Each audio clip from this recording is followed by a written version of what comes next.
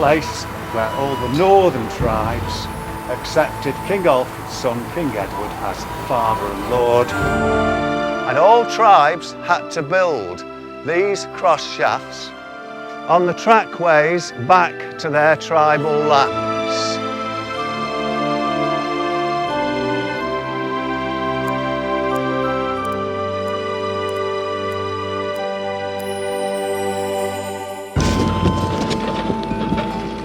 We're in a wet field, halfway between Hassop and Bakewell.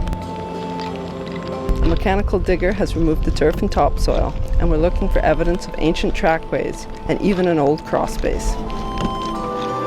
After a wet start on day 2, it's business as usual.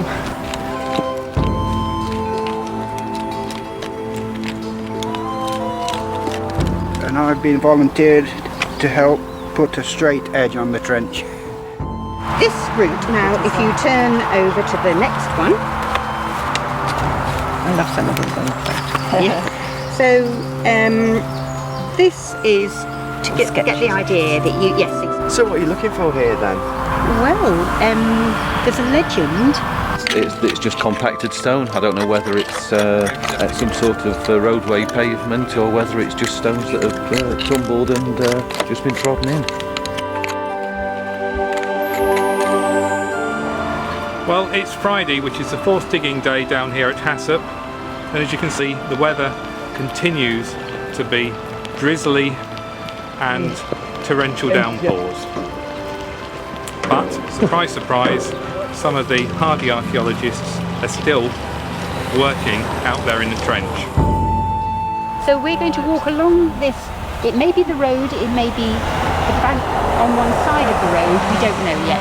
So we're actually walking on the crest of the bank? We are, yeah, yes. Right. So on either side it falls down. That blue line, yeah. These hourly guided tours through the site's history finish with a look at what the archaeologists have discovered. It's very parallel, it runs that way. What we got there is an earlier phase, an earlier curved stone, slightly different, a different angle, if you like.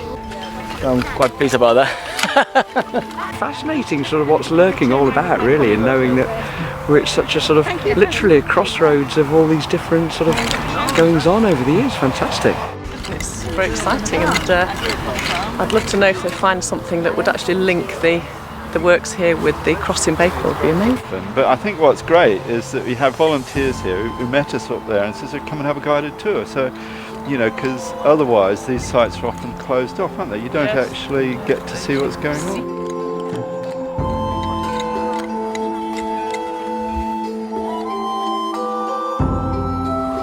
The reason we're here is that we think there's something here over 1,000 years old.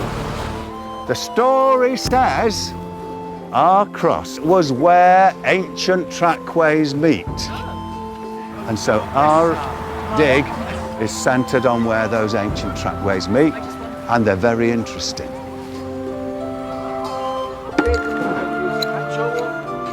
Too much collecting on the book, yeah? Thank you.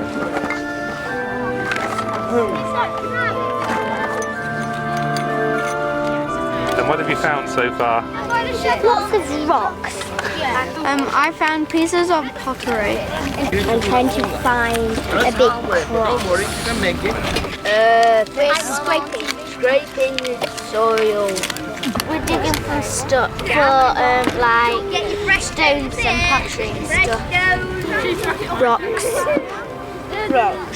Bones. Have you found any pottery? No, I've just found loads of clay. Now can you look and see anywhere where the name of the house is a picture? It's like a gate there with a bell. There's a gate and a bell. It's Friday just after lunch, and as you can see, the archaeologists have taken an early bath because of the rain. And for once, the rain is useful because the puddles provide ample places for washing the trowels and buckets before putting them away for the night.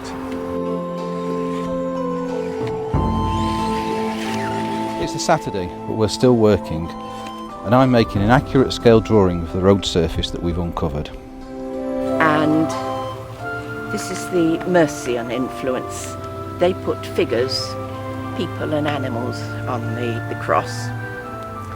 And then we had two Viking influences. The Vikings, some of them came from the east, from Denmark, and that's the...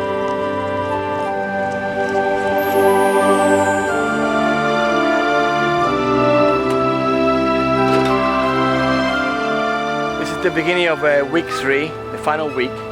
Our plan is to finish recording the plan by hand, also using the theodolite, getting all the levels properly recorded.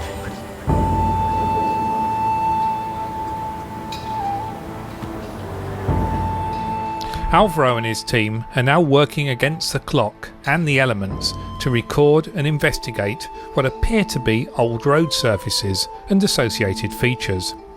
Now, the trench was sited here because folk memory suggested that the cross in Bakewell churchyard had originally stood at a junction on the road to Hassop.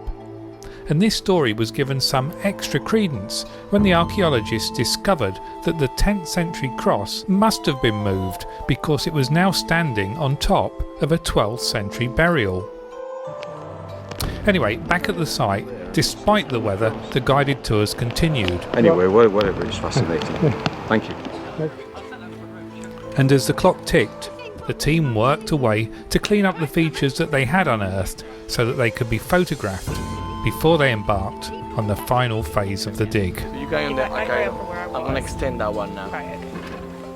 And get a long cross section across trying to see the relationship between them, and also trying to understand the construction type of both roads. It's really well laid, isn't it? Yes. Sort of make an edges, to support, because the one might have been already moved, like this one's already moved, but that's quite nicely laid. Mm-hmm. It's not random chance, isn't it? Certainly not. It's very well laid. And thin at the inside, be more like a revetment. And upright, right, and flat. This is flat, this is like on the edges, isn't it? Very good. And on this side of the trench, they're putting a slot through this linear feature to see if it's the remains of a wall. But in the morning, the hole has to be bailed out, along with all the other similar excavations, before anyone can start to record what the sections have revealed. These are either side of the wall. This is probably the infill.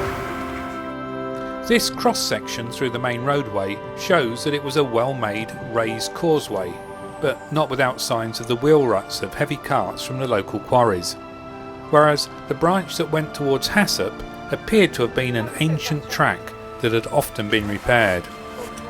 A pile of stones might be interesting. It might have some carved stone hidden amongst it, which might indicate that the cross was here at some time.